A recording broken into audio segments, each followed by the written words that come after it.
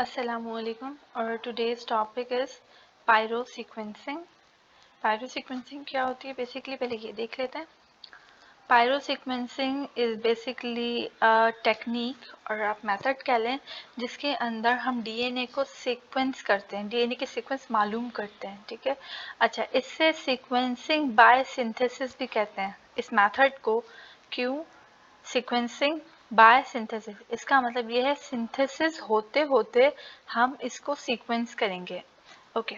It is quite different then other technique. जैसे कि Sengar sequencing है हमारे पास. जो सेंगर सीक्वेंसिंग उसके अंदर हम क्या यूज़ करते हैं, डाई डिऑक्सी न्यूक्लियोटाइड.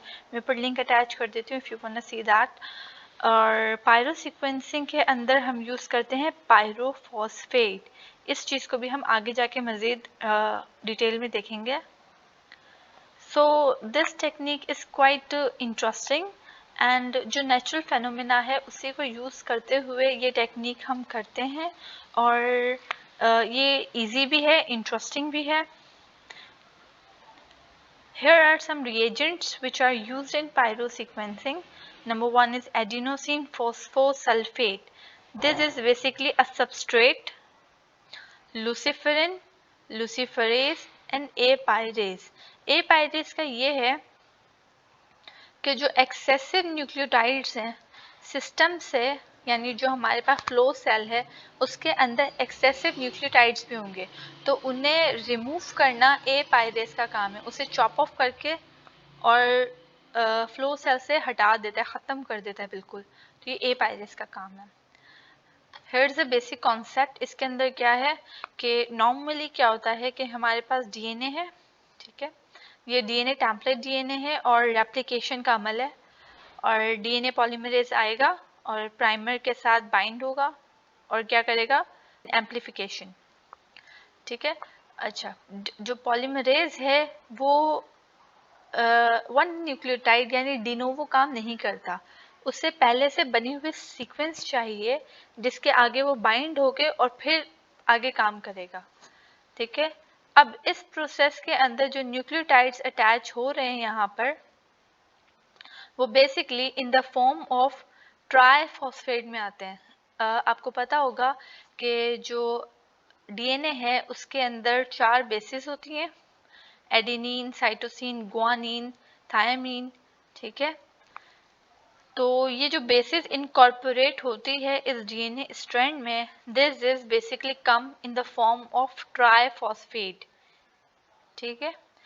जब ये एक बेस यहाँ पर लग जाती है तो एक्सेसिव जो 2 फॉस्फेट हैं वो इससे रिलीज हो जाते हैं.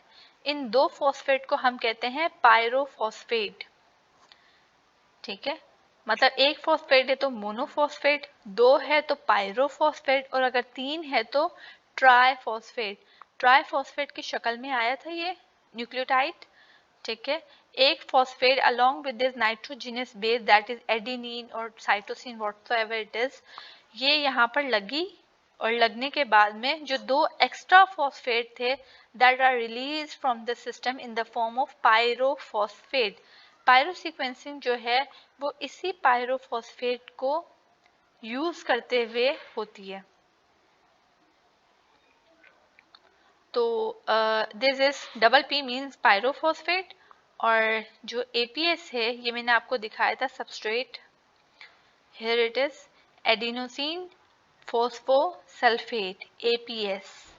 एडिनोसिन फोस्फोसल्फेट है और यहाँ से रिलीज हुआ हुआ पायरोसल्फेट है, पायरोफॉस्फेट सॉरी. ये पायरोफॉस्फेट एंड एपीएस जब ये दोनों मिलेंगे तो ये बनाएंगे एटीपी. ठीक है.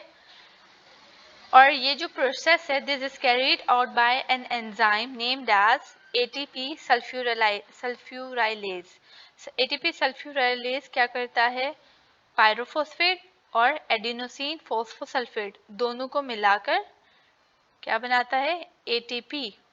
Now this ATP is used by an enzyme named as luciferase enzyme. Luciferase enzyme पीछे प्रोड्यूस हुई हुई एटीपी को इस्तेमाल करते हुए एक्टिवेट होता है और लूसीफेरिन और ऑक्सीजन को कंबाइन करके बनाता है oxyluciferin. This oxyluciferin is responsible for the production of light. इस लाइट से हम डिटेक्ट करते हैं कि न्यूक्लियोटाइड अब एक ऐड हुआ है और पायरोफॉस्फेट रिलीज हो चुका है। ठीक है, इसे हम दूसरी तरीके से समझ लेते हैं। ये हमारे पास डीएनए है, टेम्पलेट स्ट्रैंड, जिसकी हमें सीक्वेंस मालूम करनी है। अब यू नो वेरी वेल कि जो डीएनए पॉलीमरेज है वो डिनोवो काम नहीं करता, उससे सीक्वेंस चाहिए टू स्टार्ट इट्स वर्क। तो अब इसके सीक्वेंस तो हमें पता नहीं है, so we can't make its primer. ठीक है, तो हम इस जगह पर हम इसके साथ एक सीक्वेंस अटैच करवा देंगे जो नोन सीक्वेंस होगी। ठीक है, यहाँ सीक्वेंस अटैच करवाई। अब इस नोन सीक्वेंस का हमारे पास प्राइमर ऑलरेडी, क्योंकि नोन सीक्वेंस तो हम इसका प्राइमर बना सकते हैं, तो हमने इसका प्राइमर बनाया। Then polymerase come here and अपनी सीक्वेंसिंग शुरू कर दी। यहाँ पर जो न्यूक्लियोटाइड ऐड हो रहे हैं वो भी आपको पता है ट्राइफॉस्फेट की शक्ल में होंगे। ठीक है, डाइडिऑक्सी एडेनो ट्राइफॉस्फेट यहाँ अटैच हुआ एंड पायरोफॉस्फेट रिलीज हो गया। ठीक है, यहाँ पर एक बात जो है जहन में रखनी है, दैट इज जो यहाँ पर एटीपी हम इस्तेमाल कर रहे हैं adenosine triphosphate, that is sulphur labelled. ये सल्फर से लेबल्ड है, इसकी भी एक रीजन है। एटीपी सल्फ्यूराइलेज क्या बना रहा है, एटीपी बना रहा है। ठीक है, now this ATP is used by luciferase enzyme. Luciferase enzyme इस एटीपी को यूज करते हुए हमें क्या दे रहा है, ऑक्सील्यूसीफेरिन, मतलब लाइट प्रोड्यूस कर रहा है। और इसी लाइट से हम समझ रहे हैं कि भाई एक न्यूक्लियोटाइड ऐड हुआ है सीक्वेंस में।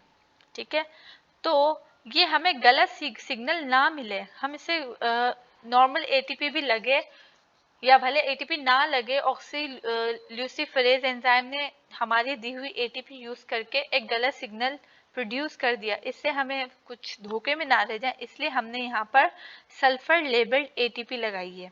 ठीक है, this sulphur label ATP can be used by polymerase, but इस सल्फर लेबल्ड एटीपी को लूसीफरेज एंजाइम यूज नहीं कर सकता। So here's the reason. Okay, इसके अलावा बाकी जो न्यूक्लियोटाइड है वो सब नॉर्मल है। ठीक है, तो ये आएगा और एडिनोसिन और एक फॉस्फेट के साथ सीक्वेंस में इनकॉर्पोरेट हो जाएगा। बाकी के दो फॉस्फेट मतलब पायरोफॉस्फेट यहाँ से रिलीज हुए। अब सेम फेनोमेना, पायरोफॉस्फेट एपीएस के साथ मिलेगा in the presence of an enzyme. ठीक है, उसके बाद में एटीपी बनेगी। ठीक है, लूसीफरेज एंजाइम इस एटीपी को यूज करके एनर्जी ऑब्टेन करेगा और क्या करेगा फिर लूसीफेरिन और ऑक्सीजन को मिला के ऑक्सीलूसीफेरिन बनाएगा जो कि लाइट प्रोड्यूस कर रही है। उस लाइट के हम समझेंगे कि इनकॉर्पोरेट हुआ है न्यूक्लियोटाइड। ठीक है, okay, this light is detected by a detector. ठीक है, जो डिटेक्टर सिस्टम से कनेक्टेड है और फिर वो हमें आगे ग्राफ देगा। इसे मज़ीद अच्छे तरीके से समझ लेते हैं। assume that this is a strand which has to be sequenced। तो हमें इसका प्राइमर नहीं पता, टेम्पलेट थोड़ी सी भी सीक्वेंस नहीं पता, तो हम इसके साथ अपना जेनेटिकली इंजीनियर्ड फ्रेगमेंट अटैच करेंगे। ठीक है, अब इसके सीक्वेंस तो हमें पता है, तो इसका हमने कॉम्प्लीमेंट्री सीक्वेंस बनाकर इसका प्राइमर भी बना दिया। ठीक है, ओके, कीपिंग इन माइंड ये सब न्यूक्लियोटाइड जो है जो भी लगेगा सिग्नल तो लाइट ही प्रोड्यूस होगी। तो हम कैसे पता करेंगे कि कौन सा न्यूक्लियोटाइड अभी ऐड हुआ है? इसका आंसर ये है कि एट अ टाइम एक न्यूक्लियोटाइड ऐड होगा। ठीक है, लेट्स सपोज एटीपी डला है। ठीक है, कुछ वक्त के लिए रहेगा, सही है, फिर ए पायरेज एंजाइम आएगा जो मैंने अभी आपको बताया, वो एक्स्ट्रा न्यूक्लियोटाइड खत्म कर देगा। उसके बाद सीटीपी डलेगा, कुछ टाइम रहेगा, ए पाएगा, उसको हटाएगा और फिर जीटीपी डलेगा। इस तरह से सीक्वेंसिंग होगी। ठीक है, पहले हमने डाला एटीपी, यहाँ पर तो जी लगा हुआ है, इसकी कॉम्प्लीमेंट्री होगी सी। सो ये इनकॉर्पोरेट नहीं होगा, पायरोफॉस्फेट नहीं रिलीज होगा, जिसकी वजह से there would be no light. See here, light produce नहीं हुई। उसके बाद में हमारे पास दूसरा है सीटीपी। सीटीपी लगा, ठीक है, पायरोफॉस्फेट रिलीज हुआ और हमें लाइट प्रोड्यूस हुई। इस तरह से हमने आगे की भी सीक्वेंसिंग कर ली। But look it here, there are 3+ sign. It means जितने न्यूक्लियोटाइड ऐड होंगे उतने ही ज़्यादा पायरोफॉस्फेट रिलीज होंगे, और जितने ही पायरोफॉस्फेट रिलीज होंगे लाइट की इंटेंसिटी भी उतनी ही ज़्यादा होगी। ठीक है, इसकी इंटेंसिटी देखते हुए हमने कहा कि यहाँ पर 3 गुआनिन लगे हैं। ठीक है, इन सिग्नल्स को देखते हुए कि यहाँ पॉजिटिव आया it mean this is C लगा है, फिर पॉजिटिव आया इट मीन टी लगा है, फिर पॉजिटिव इट्स मीन ए लगा है। इस तरह से हमने ये पूरी सीक्वेंस मालूम कर ली। ठीक है, here is the sequence. Okay, ये जो मैंने आपको बताया डिटेक्टर अटैच होता है, फिर डिटेक्टर सिस्टम यानी कंप्यूटर से अटैच होता है, उस कंप्यूटर पे हमें ग्राफ्स मिल रहे होते हैं, इस तरह के ग्राफ। ये तो वैसे हैंडमेड है। ग्राफ मिल रहे होते हैं, इसके एक्स एक्सिस पर सीक्वेंस लिखी हुई है ACGT। ठीक, और इसके वाई एक्सिस पर हमारे पास होती है लाइट इंटेंसिटी, कि कितनी लाइट प्रोड्यूस कर रहा है। तो पहला सी था तो सी पर रिलीज हुआ, फिर टी पर हमारे पास लाइट प्रोड्यूस हुई, उस हिसाब से हमने हमारे पास ये ग्राफ आया। अब आप ये देखें कि ये पीक तो सब बराबर बराबर हैं, but look at this peak जो जी पर आ रही है, इसकी इंटेंसिटी चेक करें आप।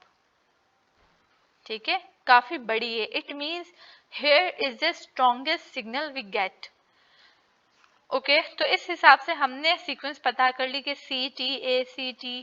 ठीक है, अब ये जो हमारी सीक्वेंस मिली है हमें, इसकी कॉम्प्लीमेंट्री अगर बना दें, सो दिस वन इज और टेम्पलेट स्ट्रैंड जो हमें सीक्वेंस करनी थी। ठीक है, ये टॉपिक यही एंड होता है। If you have any question regarding this topic, so you can comment down, and please do like the comment and subscribe to my channel. Thank you.